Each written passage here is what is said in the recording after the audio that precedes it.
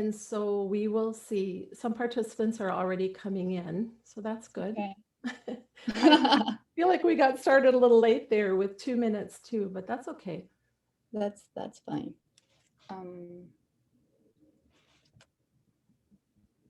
So I can see some of you are joining. Welcome today. So glad you could join us for our presentation on artistic expression and the Mapuche with Dr. Eva Palma. So we do have just another minute or so. We'll wait for more participants to join.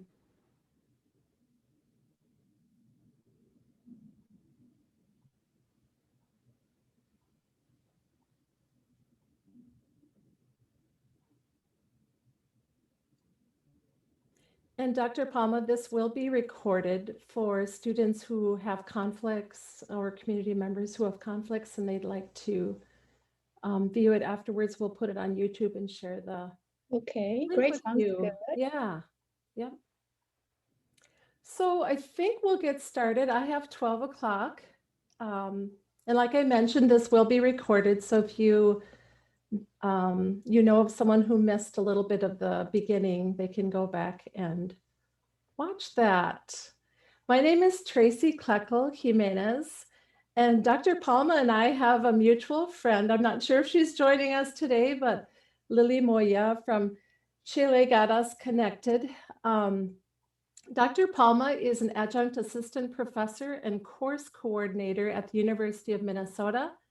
Dr. Palma's interests are in memory and identity studies, eco-criticism, and I had to look that up. That has to do with literature, post-colonial literature, indigenous narratives, and human rights.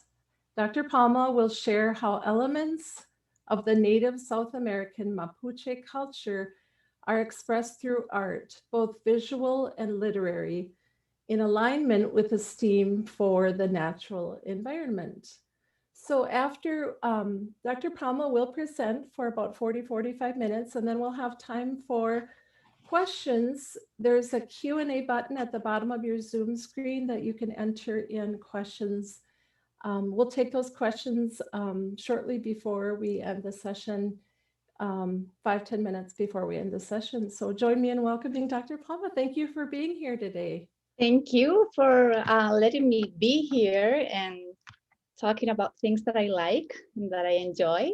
So I'm going to share my screen and for this presentation that I prepared. So today we're going to talk about Mapuche art as a mode of expression of identity and defining their identity throughout art. First, I would like to tell you that Mapuche, what's the meaning of Mapuche? So Mapu means land and Che means people. So this is actually people of the land, of the earth. Some people translate it as the earth as well.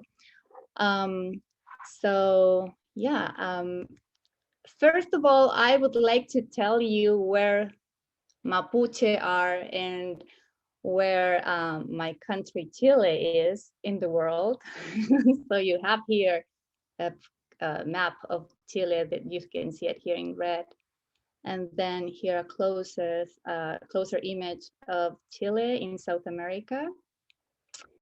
And here is the Wall Mapu. And here we have also Chile and Argentina. And the green part, bluish part, is the Wall Mapu, which is the territory where Mapuche people originally was concentrated. Okay, so this was called the Wall Mapu before the nations were nations. This was the nation, the Mapuche nation, the Wall Mapu. So I was born and raised in Santiago, Chile. I grew up during the Pinochet dictatorship, the military regime that not only violated human rights and suppressed minorities and political activity, but also tried to erase and exclude indigenous communities and their cosmovision from our society, history, and public policies. So Chile is mostly compounded by mestizo people. However, we still struggle to accept that indigenous blood runs in our veins. So this is kind of sad. Um, so before going over Mapuche art and Mapuche culture, I think it is important to know a little bit of historical and geographical background, as I am giving this geographical background now, very briefly. But Mapuche Nation was originally this area that I showed you, and it covers, or it was part of Chile and what today is Argentina as well. So we have Mapuche communities in both of these countries nowadays. And so before Colon, before colonization, and before the continent was actually organized in countries, states, Mapuche people, just like all native people, lived in this part of the continent. So here is the flag. And why am I starting with the flag if we're talking about art? But actually, the flag is actually an artistic expression too, and clearly a symbol of identity. So those are the two concepts that we are trying to integrate today: identity and art, right? And the flag represents this sense of community and union, the sense of being a nation, right? All united. And that's why I'm starting with this, because this flag was created in 1992. And it is considered like one of the most important victories in Mapuche history. It is important because it was created by Mapuches, and that is very meaningful, considering that for centuries, Native people everywhere have been defined or narrated by who? By others, by the dominant culture, by Europeans that came here and they colonized, right, the land. And by then later, the governments, the state, so the state structures, the state institutions. So here we have this flag, and Mapuche people created it, and it has blue, light blue, green, red, and these symbols. So we'll go over this meanings of the colors, and if you see here in the center, the color yellow, that's the symbol of renewal, the symbol of the sun. Also we have white, and that's cleansing, healing, and the symbol of wisdom and prosperity. Also we have red, that means the power and symbol of history and also blood. And then the green is related to nature, to the earth, fertility, and it's also the color of the healing power and the symbol of the Machi, which is the Mapuche shaman. And finally, here we have blue, and that is also wealth and universe. And in Mapudungun is also called Fu, and that's an adjective as well. Called Fu is that means sacred or spiritual. So all of these colors are very important for their culture. And then at the edge here, I cannot see it, but maybe we can see it here. So at the edge, the bottom and the top, we have this some sort of cross or shapes. Those are they represent the writing, also the symbol of the knowledge and the writing system, actually, which is now part of them, because we have to remember that these civilizations are based on orality. So the language became written recently, so it's not originally written languages, orality. So, and in the center, we have the kultrun, which means drum. And this drum shows the sun, the stars, and the moon. And you have 1, 2, 3, 4, 2 suns and 1 star and 1 moon, and those represent the cardinal points as well.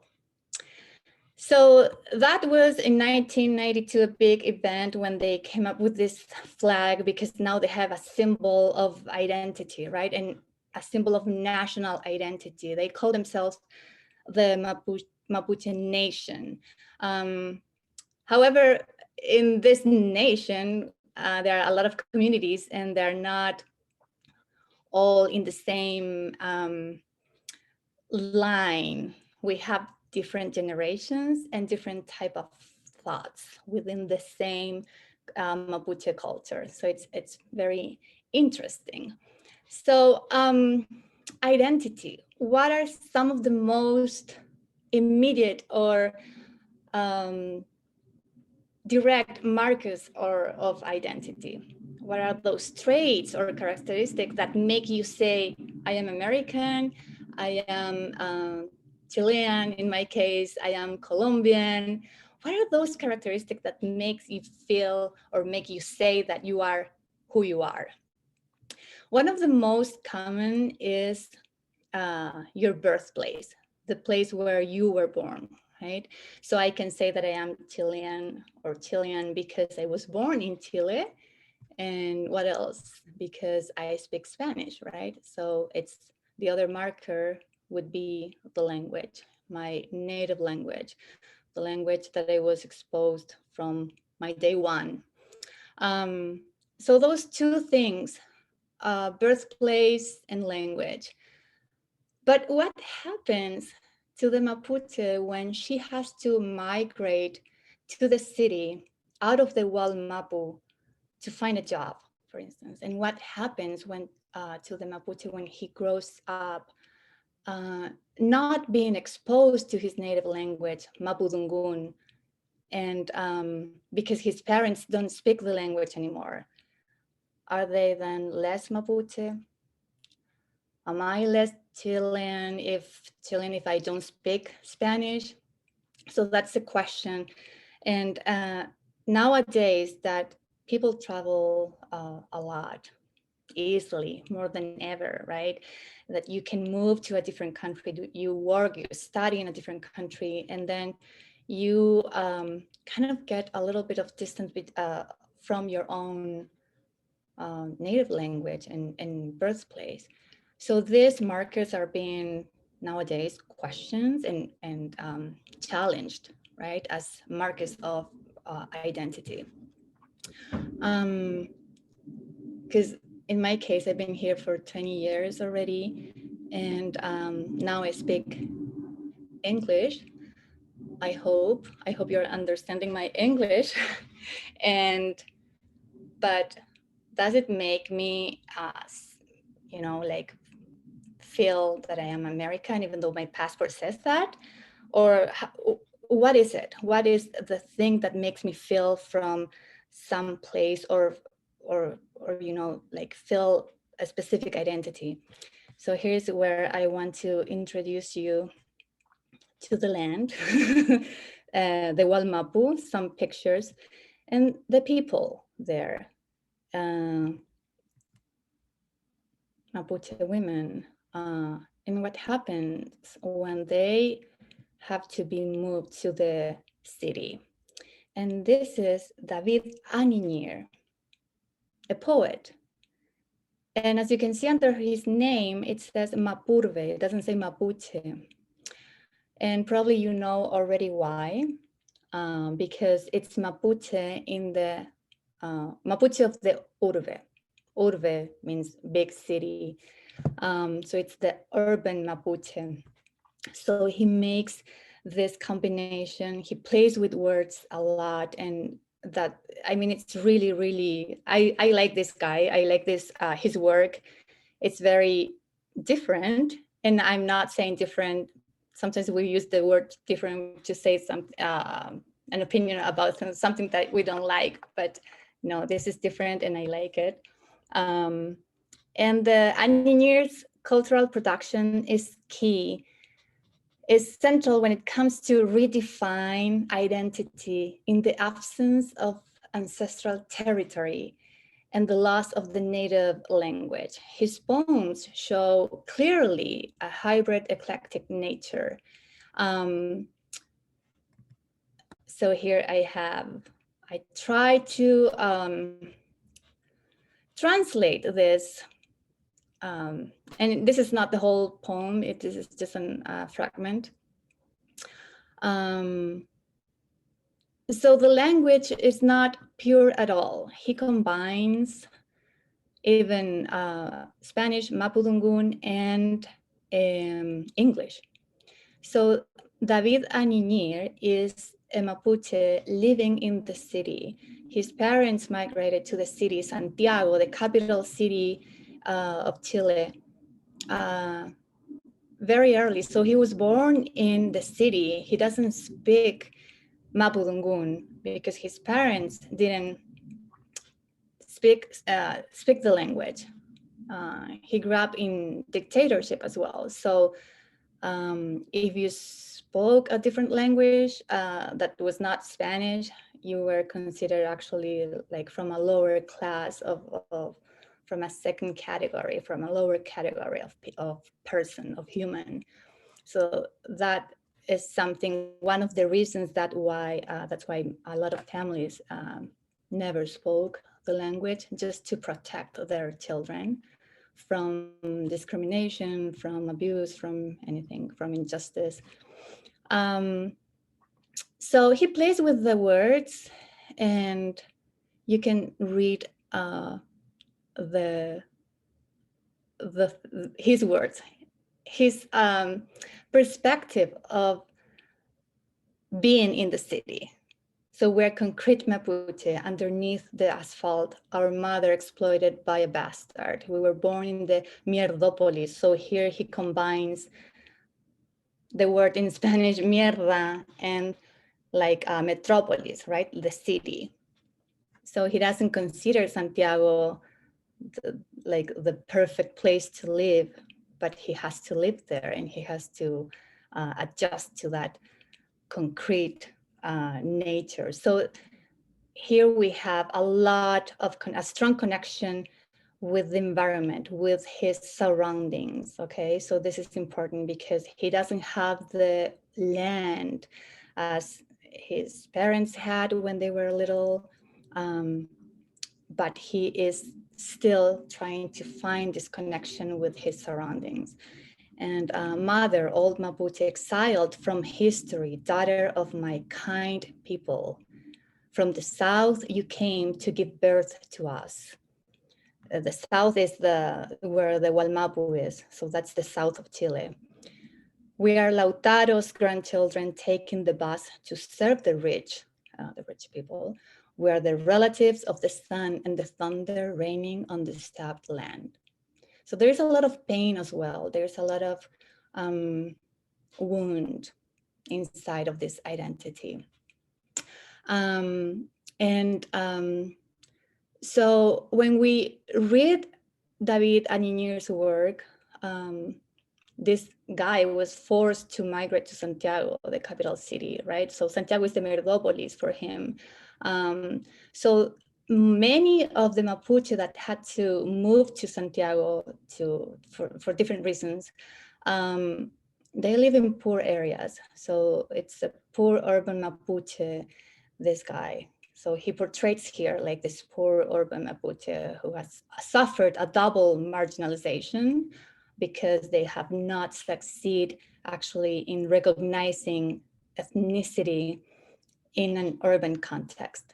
So what I would like to point out in Aninir's work is the way his poems, with all these cultural tensions and conflicts there, serve as a testament of the dynamism, the movement, the fluid, I can't say that word, of Mapuche culture, and how identity actually flows. It's not something fixed per se. Identity is always changing, moving, okay? So I really like that part of his work. And this is just one of the poems that I selected. It was hard to select for this whole presentation, actually. And so after Anir, following the same line with the urban spaces, we have Kuru Mapu. It's a performance, it's a show, like an exhibition that means Black Land. And this was made, it's a project, a collective project made by a group of women, Mapuche women.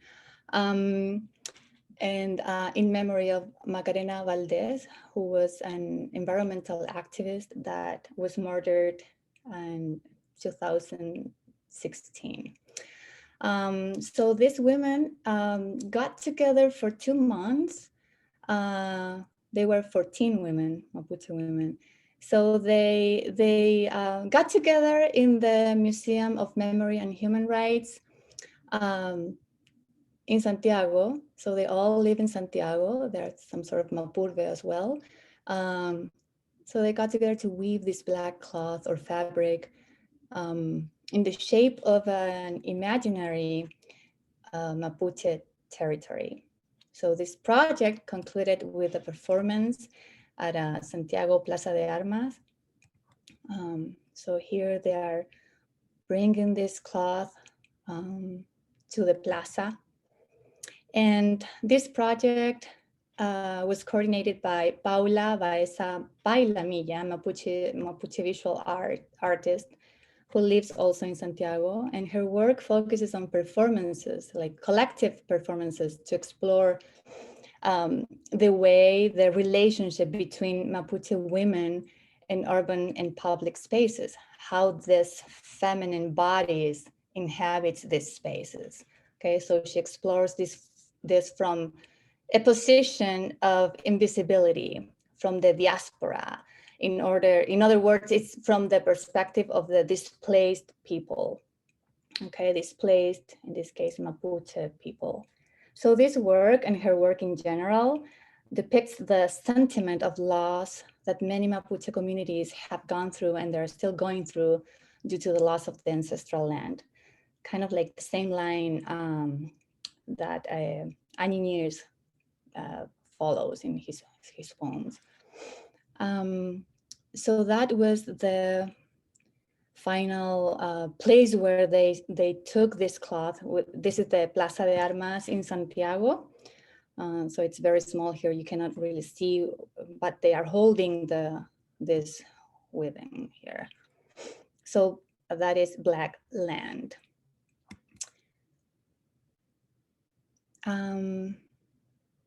Daniela Meleo. This is a girl, a Mapuche singer and composer who also lives in the city. She describes herself as a feminist and as the granddaughter of the uprooting and displacement as well. Her voice is really, really beautiful, and her songs talk about the nostalgia for the land, the longing for the return to the original land. And it's more, she also talks about, the land that they have lost, but in a more romantic way, I would say. And she has participated in movies, actually, and other artistic works, such as plays and exhibitions.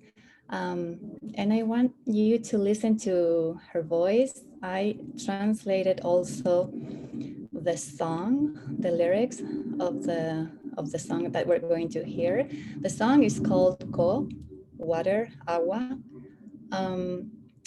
And I want you to pay attention to, or start noticing how this whole expressions of art are so connected with nature, with land. Okay, in this case, cold water is something more meaningful for the Mapuche culture. Every being in nature, animal, and the non-human world talks to them. They don't make sounds, they just talk. It's another language. So it's really, really beautiful. So we're going to listen to this song. Tracy, if the volume is not right, I would appreciate if you let me know. But here we go.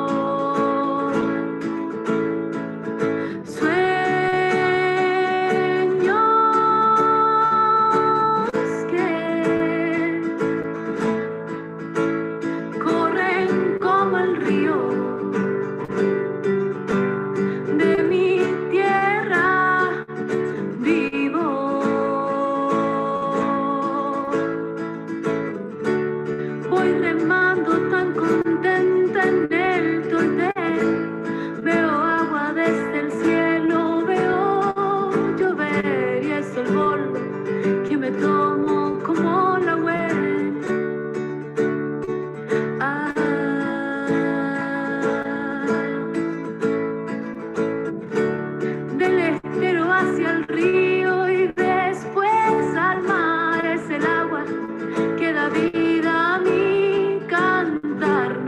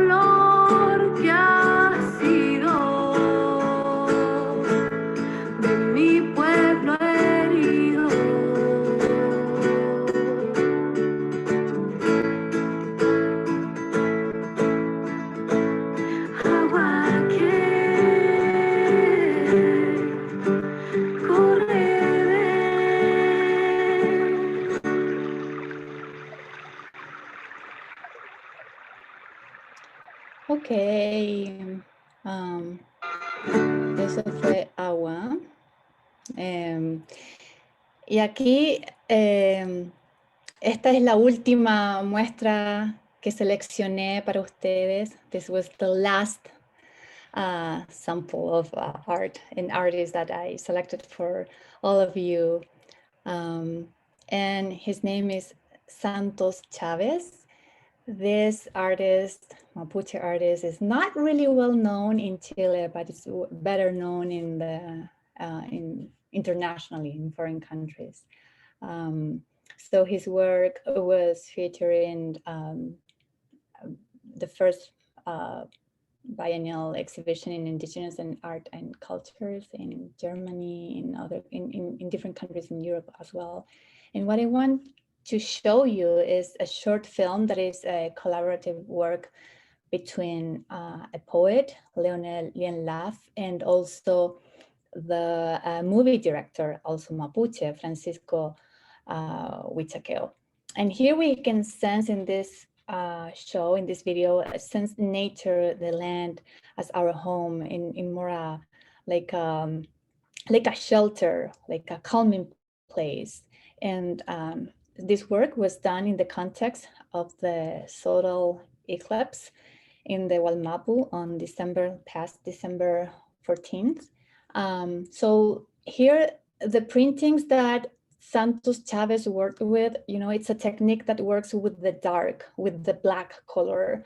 And so Huichaqueo, the movie director, plays with this darkness and from the eclipse and the technique of this art, the engraving or the printing. I don't know how to translate that, but so I'm going to stop the share to show you the other, the video that I want to share actually. And so you are not probably going to understand maybe the language is in Spanish, but I want you to pay attention to the sounds, to the flow, to the speed of the voice of this poet, Leonel Lienlaf, and the prints, the art prints also that are here. So this is a combination, the work of the poet, the movie director, and Santos Chavez, which is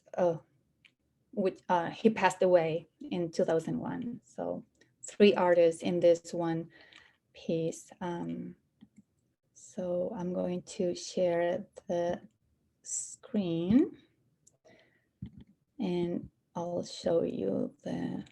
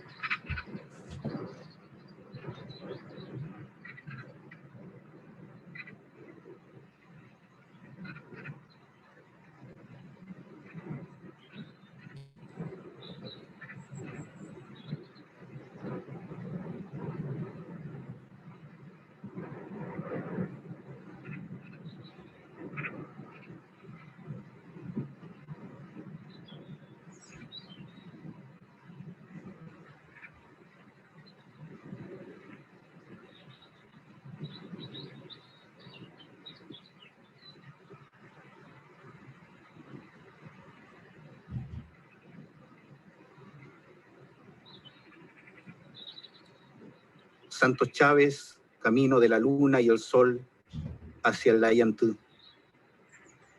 En las tierras de Tirúa, el viento del mar trae noticias del mundo de los antiguos sabios que partieron al otro lado del mar. En la memoria, Santos Chávez es un niño que tendido sobre el pasto junto al río, contempla la danza de los juncos, mientras la luna y el sol se persiguen en el cielo y la memoria.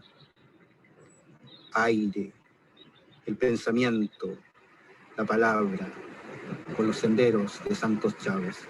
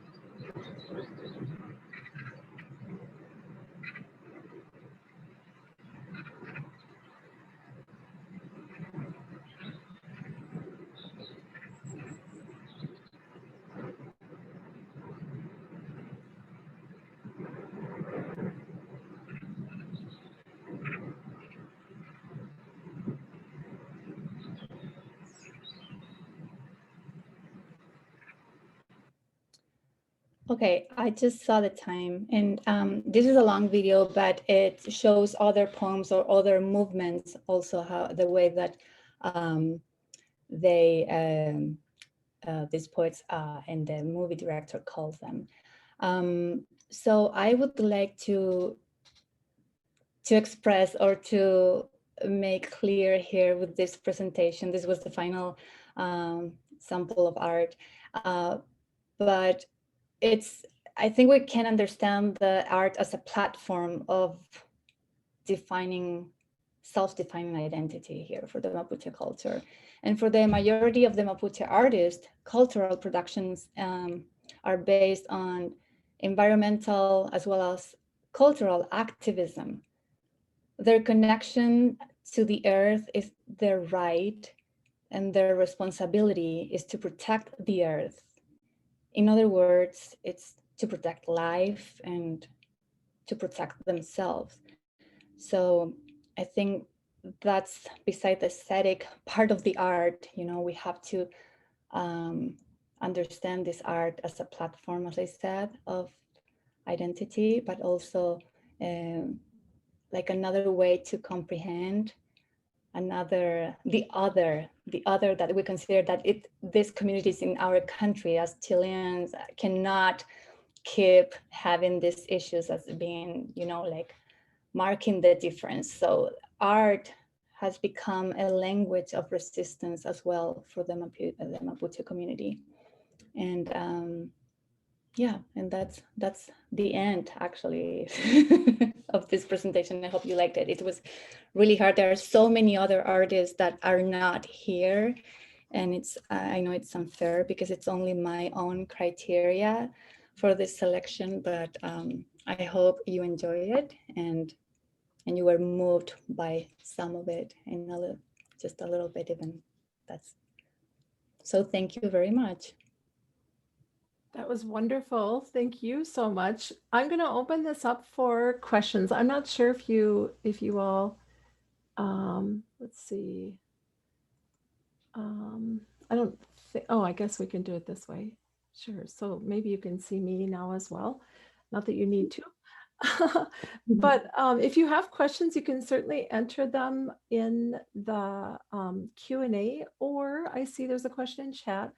The name of the girl singer and the song. Her name is, if I type it in the chat, are they going to see it? Or I think they should see it, so long as it's all panelists and attendees, so that you have chosen to send it. Her name is Daniela Meleo.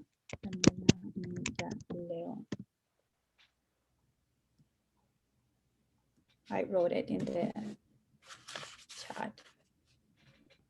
The theme of water is. And the song is called Ko Agua, which is water. So Ko in Mapudungun is water in Spanish. Other questions?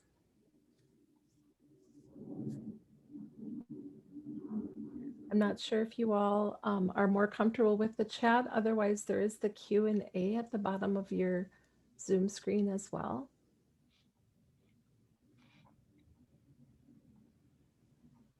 There's another message in chat. Someone's very happy with your information. I think, just a comment from, I don't remember what day it was, but I opened my window. We do that oftentimes here in Minnesota too. And just my mood was so lifted by hearing the birds and I like that idea of connection with the land and getting that sense of being home. You can live in a place for 10 years or you can live in a place for 30 years. And I think it starts to become home when you said that you start to connect with the land. And how do you do that in an urban setting? Those are some. Yeah, there is a term that has been around in these literary studies and cultural studies, identity studies, that is the sense of place. So it doesn't matter if you were born in a specific place, because today you don't stay forever over there. So it's just the place where you live and where you interact with people and with the space. So now with the globalization, that overused word, you know, that everybody's traveling and working in different places, we now get this sense of place, and that makes us feel from, you know, like to acquire or to start redefining, rethinking our own identities, not only for Mapuche, but for everybody, I guess, that has migrated to a different country, go through that. I see some questions in the chat, and I'll go ahead and read one out loud. Are the Mapuche active in safeguarding their ancestral crops? Are they able to protect their traditional seeds from being lost? well, that's a very complex question, and I don't have specific information about that, but there's a lot of issues with the land and the crops as well, because what is going on right now in the Walmapu is that there are a lot of plantations of pine trees, and those plantations are just one type of species of trees, not the wild woods, or you know, that is over there. So the pine tree dries the land even more than any other natural forest. And so they're planting because it's the industry that is drying the land there, and they are occupying. That's why people have been displaced from their land, just to use that land for profit. So that started a lot. That became a strong industry during dictatorship. The neoliberalism and the economy started, we started exporting this woods, you know, like the lodge.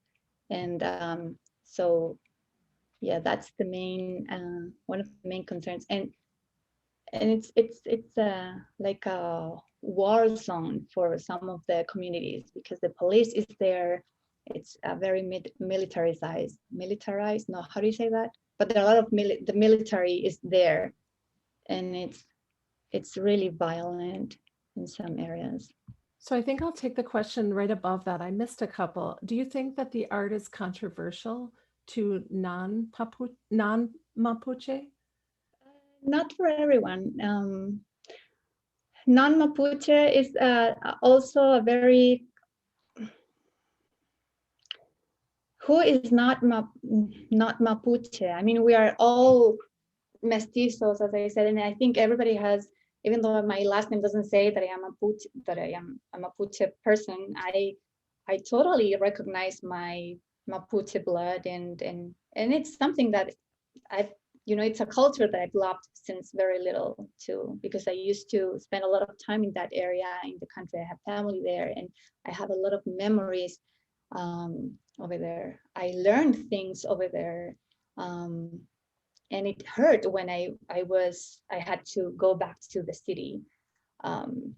So it depends on how how receptive you are to the culture. Sometimes even Mapuches themselves are not as receptive to their own identity, and they feel ashamed or embarrassed, you know, because of this mentality that there is something wrong, or there is something less value if you recognize your Mapuche roots. So related to that, from the same attendee, now that you're living here, have you found your land? Is your culture your land? That's a hard question. It's a beautiful question, though. I think this, yeah, I think so. Yeah, I've never thought it that way. That's a beautiful way of saying it. I'm really connected to nature here in land, especially because of the seasons. It's so incredible for me to see that now it's all white and everything looks so dead, you know, and then it's green again, and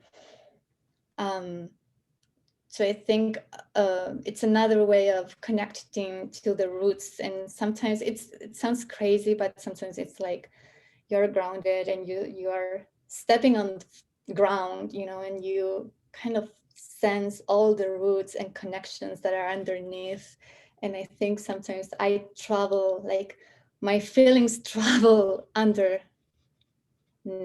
you know, until they hit the ground in Chile, the soil over there.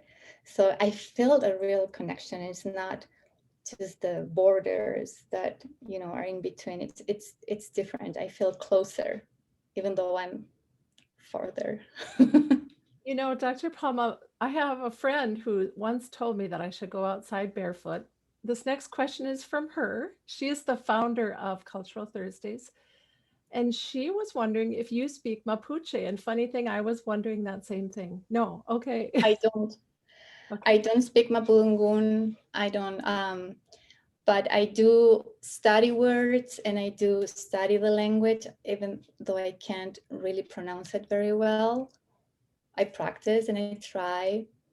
But basically because I like to understand the language of the land, and this is Mapuche, people of the land, who are, you know, the best, I think, teachers, masters of, to teach you how to understand and listen to that non-human voice that the land and nature has.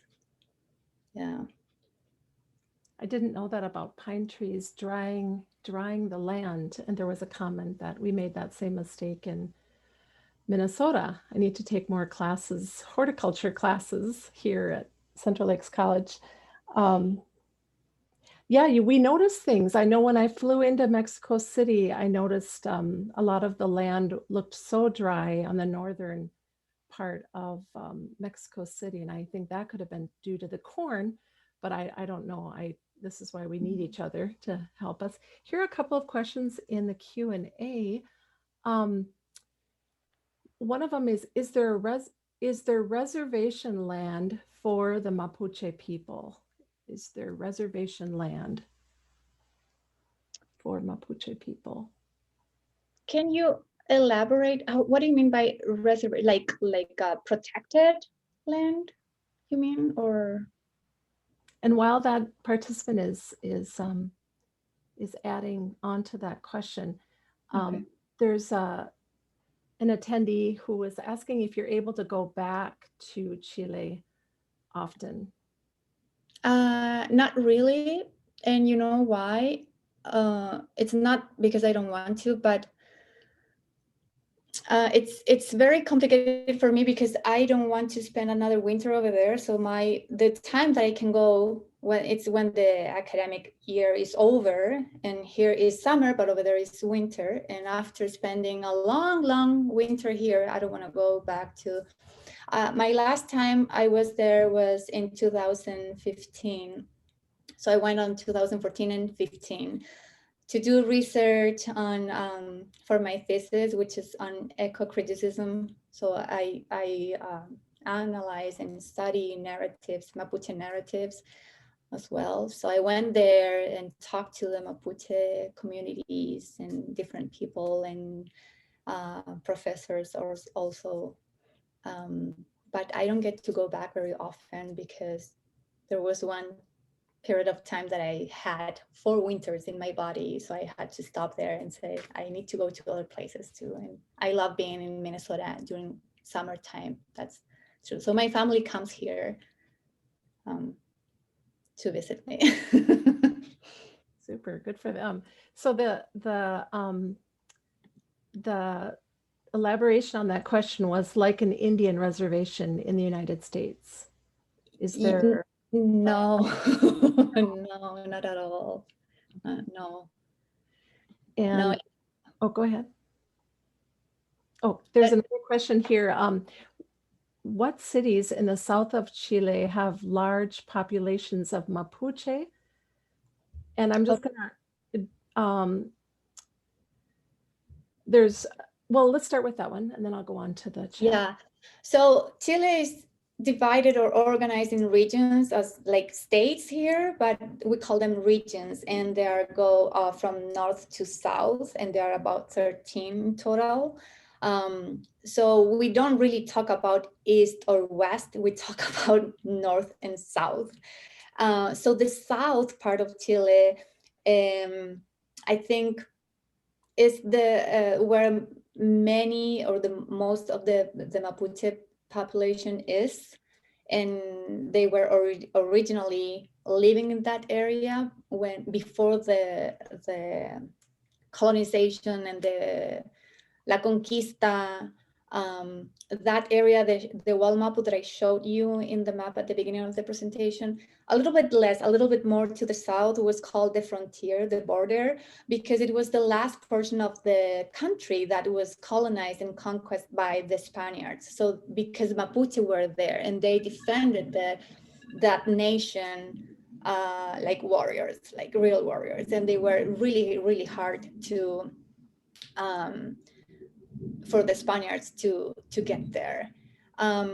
So that's where it all started, but it was part of the central part as well and the south. And now they're all over, but it keeps being the central part, even Santiago. There are a lot of Mapuche living in Santiago nowadays, and Temuco is the other city where they mostly live, and the small towns around that big city that Temuco is. One attendee asks or comments, during my travels to Chile, I have found that it's hard to find Mapuche art. Is there some place here in the United States to find Mapuche art? Here, I haven't found any Mapuche art, but in Chile, it's not that hard anymore. I think in the last 5 years, and this is my concern as well, because Mapuche has become a kind of like a trend and more like a merchandise kind of thing. I think that's where we have to be careful. And when I started studying this in my grad school, it was harder to find professors or artists that were out there like publicly doing things. And now there is a lot of art, and you can find them in, like, I think everywhere in the city. So Dale, I think the name is, you'll have to go back and you'll see the difference now that you are going to be able to find that Mapuche art. I have my own little art pieces in my house that I brought from Chile, but yeah, I haven't found art here for sale or for exhibitions. No. I have another question about language. Are there any sincere attempts to teach the language, for example, establishing schools and things for youth that you're aware of? Yes, it's not led by the government though. It's not some like it's not a policy or like, it's more organized and coordinated by teachers and the communities, Mapuche communities, and there are other artists as well in the south and in Santiago. So they're trying to keep the language there alive as part of the identity and vindication of the identity, like, because they're trying to make Mapuche people to feel proud of being Mapuche.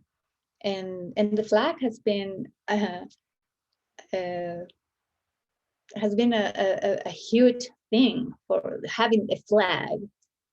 People take the flag to the stadium, to soccer games, and when there were soccer games, and to even protest and actually when George Floyd protests were happening here in Minneapolis, there was a Mapuche flag in the crowd. It was like And so that was kind of like became famous in the news over there. So people like my family, my brother actually sent me a picture. Hey, is that you? I was like, no, it's not me. So then I found out who was that person. But yeah. Well, I don't see any other questions at this time. I just, oh, we've got someone who popped in, is just thanking you for Thank you. Yeah, you're welcome.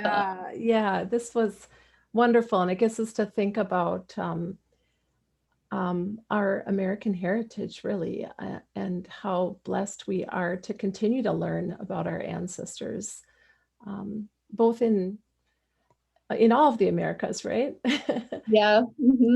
And I get confused because the Americas really is considered one continent in Spanish. It's considered two in the English language. That's the thing that I have to reinforce to students every time when we study the Latin American culture and we talk about America. I say America, the continent. So we have to focus on that. Well, I look forward to meeting you someday. Yeah, me too. Thank you all for joining us. Oh, I see one more question. Nope, just a comment. We're just so grateful that you were able to share with us today. Gracias, Claudia Allene. Okay. Yep. All right. So, well, thank you very much. Muchas gracias. Yeah. You take care, everyone. Stay warm. And if you're still with me next month, we will have one of our own, Lori Beth Larson, talking about her time growing up in Papua New Guinea. No, is that right? I think that I've got that right. So I need to look for the advertising for that. So thanks again. Thank you. Bye-bye. Adios. Adios.